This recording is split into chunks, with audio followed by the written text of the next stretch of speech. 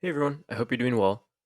I just want to go over some support and resistance levels to watch out for on the S&P 500, and then we'll also take a look at the Nasdaq 100, and then we will look at the VIX, Bitcoin, and maybe even the dollar index. But before we get started, I just want to quickly look at the economic calendar and let's see if there are any major events to keep an eye out for. So tomorrow, May 16th, we do have one of the people on the Federal Reserve speaking. We have Williams speaking.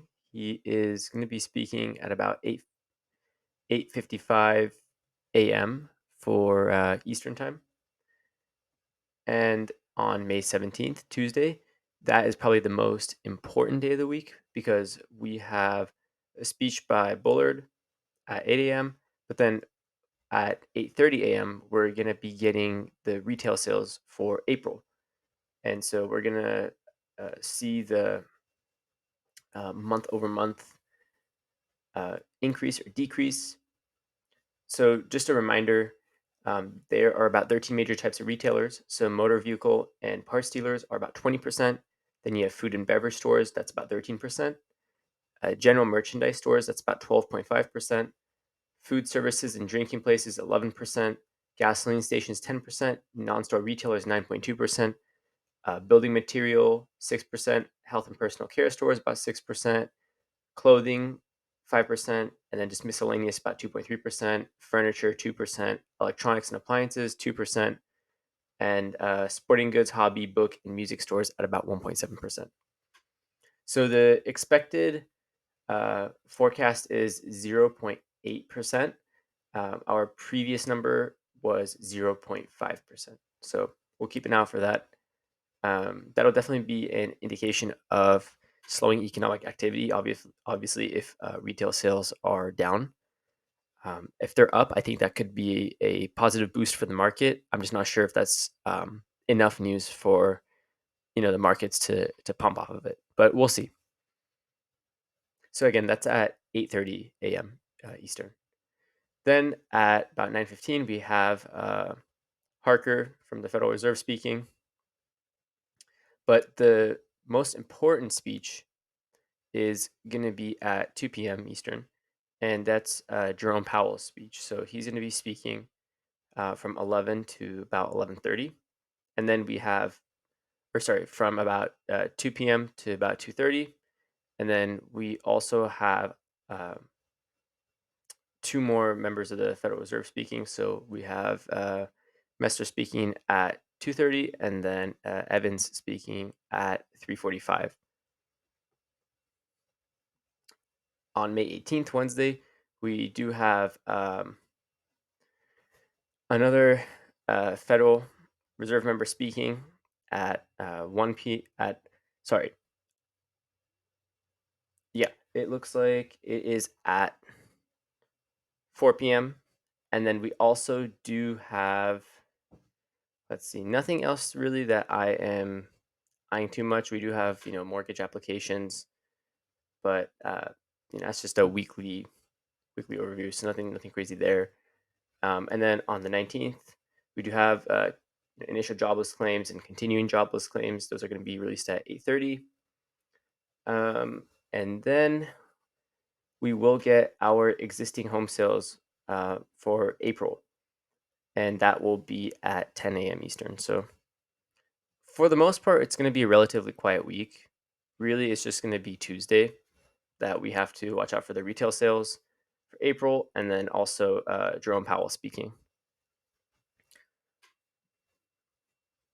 Okay, so let's go ahead and take a look at some charts. So first, we're going to start on a weekly chart.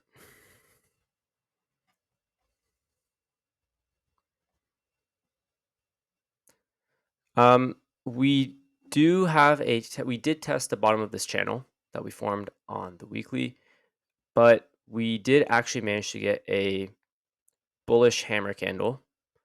So that could signal possible continuation of our uptrend for this week. Now, obviously, the trend overall is still definitely bearish. Our RSI on the weekly is not oversold yet. Now, what I did highlight up here is this level of 27.74. Now, what's significant about it is on our daily chart.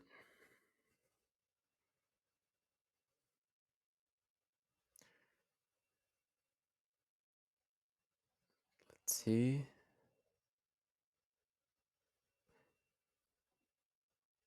The reason why it's significant is on our hourly time frame.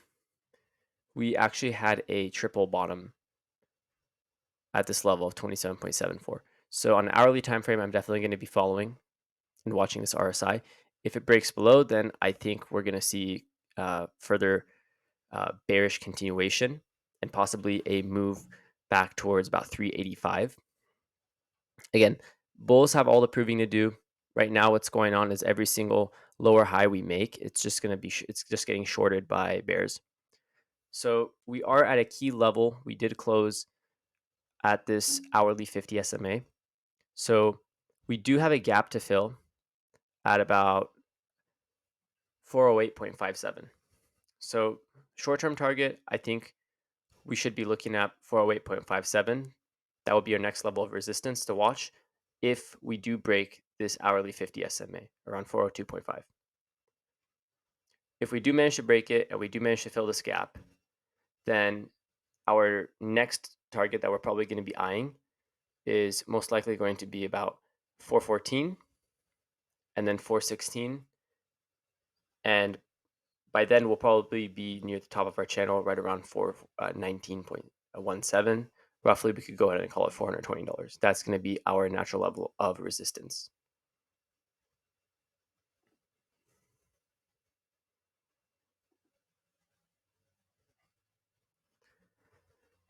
So, how I'm looking at playing this week is tomorrow, I may trade if we do close that gap and we start to reject. The reason why is I am really just following the trend, and the trend works until it doesn't. So right now, bears have been successful simply shorting those lower highs, as I mentioned before. Closing that gap, which we usually do, could push us back towards this gap that we need to fill. And we did not fill it, but 392.58 would be that next level of support.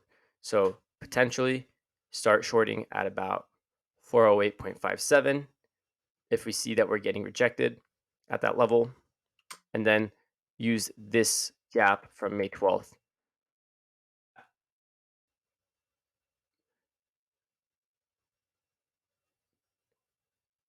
392.58 as our target. Now, if we do move lower this week and we do push towards 385.15, and let's say we break that level,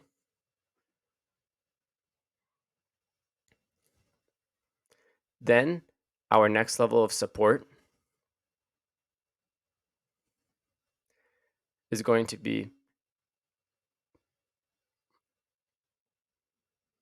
roughly around, let's see, roughly around 372.36. So we could fall further.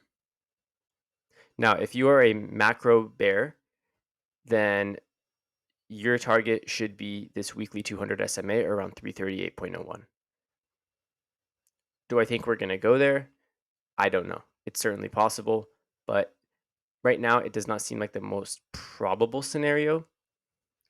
We would really need a, much more hawkish Fed than we currently have. We need, the Fed recommending 0.75% increases in interest rates rather than 0.5%, which we are at right now. If that's the case, then yeah, I think we could see probably this weekly 200 SMA be tested. But if not, then it's just going to be, this 372 level that I mentioned as our next target. If I go ahead and add this Ichimoku cloud indicator that I do have, and we'll also go ahead and overlay our Bollinger Bands, you can see that we're still holding this weekly 100 SMA. I mentioned before in a video that holding if we do close below the weekly 100 SMA, technically speaking, that is a very, very good time to accumulate historically. If we look back at examples in 2018 and obviously C19 crash, prolonged sideways action could be establishing a new support level, and then we could move higher from there.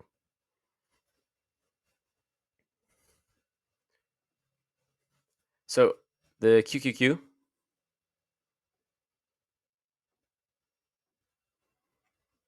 let's go ahead and start on the weekly as well.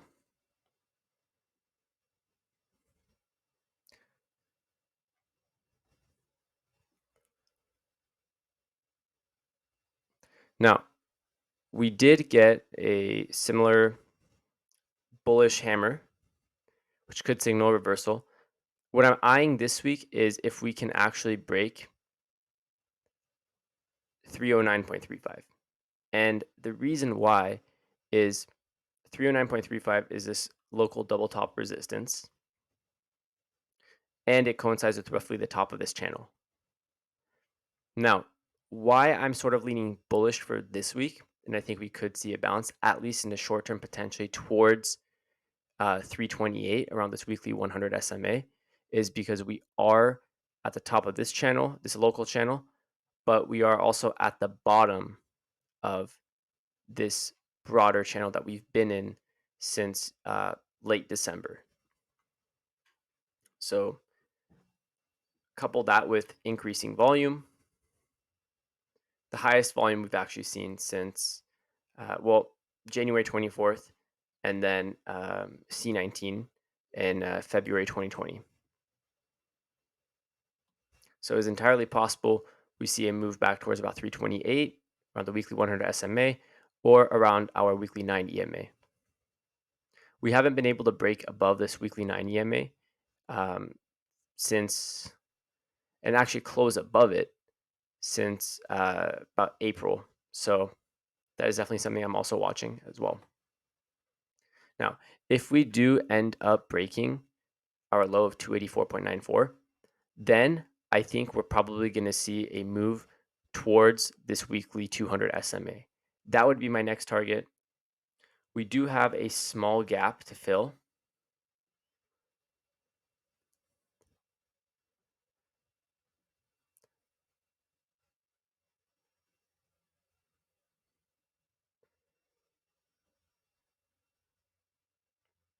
Oh, I take that back. Sorry, we do not have a small gap to fill. The gap was already filled. But again, if we do break this low of 284.94 that we established last week, then I think 257.83 or wherever this weekly 200 SMA is will be our next target. Just know that we may not entirely get to this 200 SMA. In the case of February 2020 or March of 2020, we got very, very close, but we never touched. So I would maybe look at using the weekly 200 EMA, exponential moving average. That might give you a tighter support band. And actually, what I'll go ahead and do is I will go ahead and quickly test out 200 EMA, and yep, it's a bit closer. Not exact, obviously, but much, much closer. So this 200 EMA support is probably going to be our next target. So from 284, then we're looking at 274.6, and then 257.83.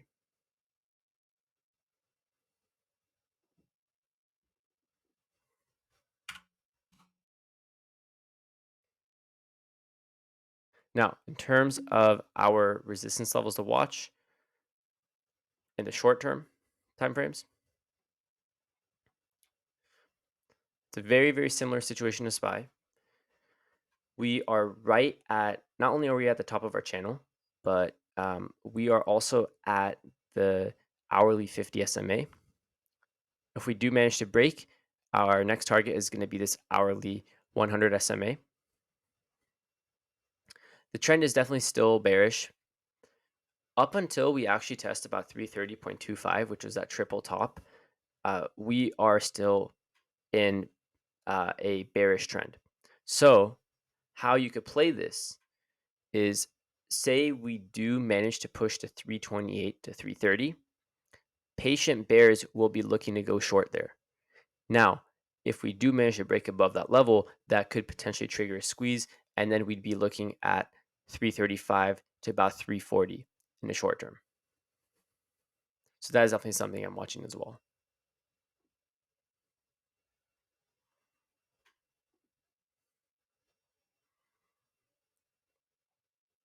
Now, something that's kind of interesting, our daily RSI actually made a low in January, and we've just been kind of trending upwards. We did actually test our level around 32. We never got quite oversold. So on the daily, I would definitely be following this RSI. I would be watching for a break of about 31.9 to about 32. If we do get that break, then I would be looking at this next level of RSI as our support around 23. This technically is a bullish divergence because you have an increasing RSI while your price is in a downtrend. So that could signify that there is a lot of buying going on and we could see a move higher.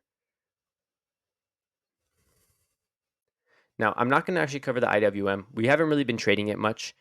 And also, a lot of the holdings in IWM are not particularly companies that we do, trade and or invest in. We're just going to go ahead and move on to the VIX. So a lot of people say you can't really chart the VIX, and that's true to an extent. But again, I mentioned before that once we get the rate increase, then we would see VIX fall. And if I go on to our daily chart, actually back to the daily chart, you can see that we fell out of this channel that we were in. We managed to reclaim it, and then we completely gave it back. So this week, if we do get a move upwards, I would expect our VIX to probably test around 26.45. This daily 50 SMA. That's going to be the target to watch. And if we do break this and break further below, then we're looking at 25 around our daily 100 SMA. And then, of course, our daily 200 SMA around 22.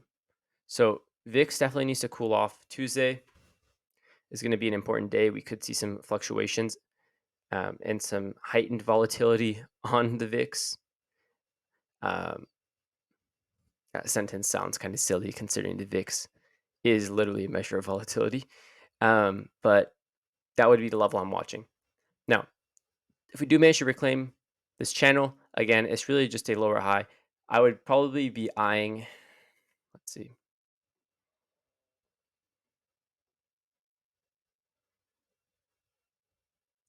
I would definitely be eyeing this potential flag that could be forming if we do manage to, say, reclaim this channel. Then we might trade sideways. And then if VIX can hold channel support, we could see a test and continuation towards new highs. If that doesn't happen and we maybe test this bottom of this channel, reject, we could see a move lower. Lower volatility will be better for the stock market for sure. And we could see that push, with SPY moving back above 420 and QQQ moving back above 330. Okay, Bitcoin. So I made a video on what happened with Luna, just my thoughts in general in the space. Obviously, we had what we could consider capitulation. So we had been following this weekly, this channel on the weekly that we thought was a stage one base forming, but it did not. We broke out of it. We broke below this weekly 100 SMA. I mentioned before, buying below the weekly 100 SMA has historically rewarded Bitcoin holders and accumulators. I'm still going to be buying at this level. The key level of support we have to watch is $25,401.05. That is a low that we made. So if we are able to hold this level, then I think we could kind of establish more sideways action. You're just going to see more accumulation, and then what we would need to see is a spike upwards and shorts getting squeezed, and then we could make the push back to about 37,000, and then hopefully back to this weekly 50 SMA around $44,000. So just know, previously, whenever we've had massive flush downs and moves like this, what we tend to get is, okay, you get that massive move down and then you get that wick, and then you kind of just get like this, the initial bounce, right? People buying the dip, and then you kind of get this sideways action, and usually it ends up being a grind lower. And what I'm predicting, and I could be definitely wrong, and again, technical analysis is not about predicting the future. It's just about going over potential scenarios. But what we could see is a grind sideways slash lower. Maybe we break below this $25,000 level, in which case $20,000 is natural support. I don't think we're going to get that low, but who knows? And then we see the massive move up, shorts start to get squeezed, fear quickly goes into FOMO, and then everyone's interested again in crypto all of a sudden, and then boom, boom. But again, that's all just speculation. I could be entirely wrong. Something that's kind of fascinating is, so it's the highest volume on Bitcoin since May of 2021 when we had that May crash. And if you remember during the May crash, it's a very similar situation. We had that massive dump, then we had a few weeks where we were kind of just flat sideways, actually moving up, and then we had that slow grind lower. And then around July, boom, we just had that massive move up, and then we made a new all-time high. Could history repeat itself again? It's definitely a possibility, and that'll be something I'll be looking out for. But in the meantime, I'm pretty excited. If I could buy Bitcoin under 30,000, even buying at 30,000, I don't mind buying at these prices at all. I mean, I was buying Bitcoin at $41,000, so I'm more than happy to buy right now. But how I'm going to do it is I'm just going to dollar cost average in a way where, as Bitcoin's price, if it does end up moving lower, then I can double or triple the amount of buys I'm doing and just keep accumulating. And on another note, what I actually did was I signed up with my crypto brokerage. They actually do offer a debit card, and you can earn. You pay basically with US dollars, and then you earn back crypto. So you get like 2% cash back, but instead of getting your cash in the US dollars, you get Bitcoin. And with my spending habits, I did the math, and that would be about $200 to $400 per year in Bitcoin, which I think is pretty awesome.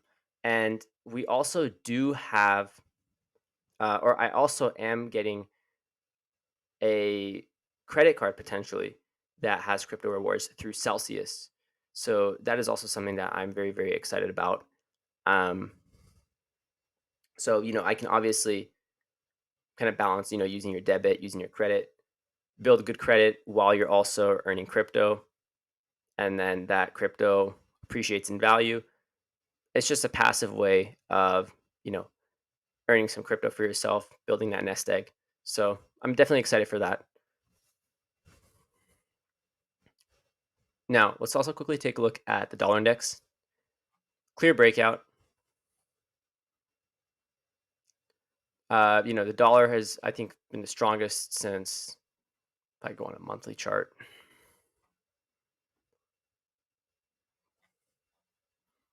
Yeah, I mean, this is the strongest dollar since about, when was the last time the dollar was this high? Yeah, about 2002, 2003.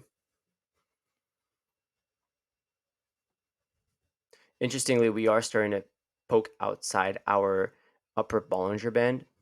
And historically, when we've done that, we've just moved sideways or moved lower. So we could see the dollar cool off a little bit here, maybe move sideways. And if it does, then that'll probably be good for stock markets. Then the next question becomes, okay, is the dollar going to continue its breakout move?